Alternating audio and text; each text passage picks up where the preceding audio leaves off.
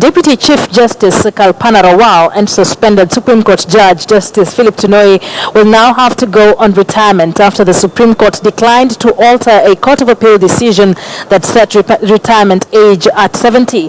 This happened after Justices Hussein Ibrahim, Smokin, Wanjala and Chief Justice Willy Mutunga disqualified themselves from hearing the retirement age dispute, denying the court the requisite quorum of 5 judges to hear the dispute. But Rawal and Tunoi have appealed the ruling, and the final verdict will be delivered tomorrow. The notice of preliminary objection by Mr. Okia Omtata Okoiti is disallowed. Secondly, the hearing of the matters to which this order relates shall proceed to the next stage. Lastly, costs shall abide the final determination of applications and all courses of action herein, dated and delivered at Nairobi, this 14th day of June 2016. Thank you very much. That refusal to recuse myself has the potential of inflicting far-reaching damage to the credibility of the Supreme Court.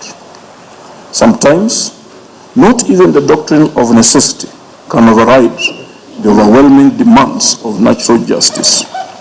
I do not even think that this court's reasoning in the Jasbir Rai case established an immutable principle that the doctrine of necessity would apply in all cases before this court in which a judge is called upon to recuse him or herself from the matter at hand. The effect of my recusal will no doubt affect the capacity and competence of this court to raise a quorum.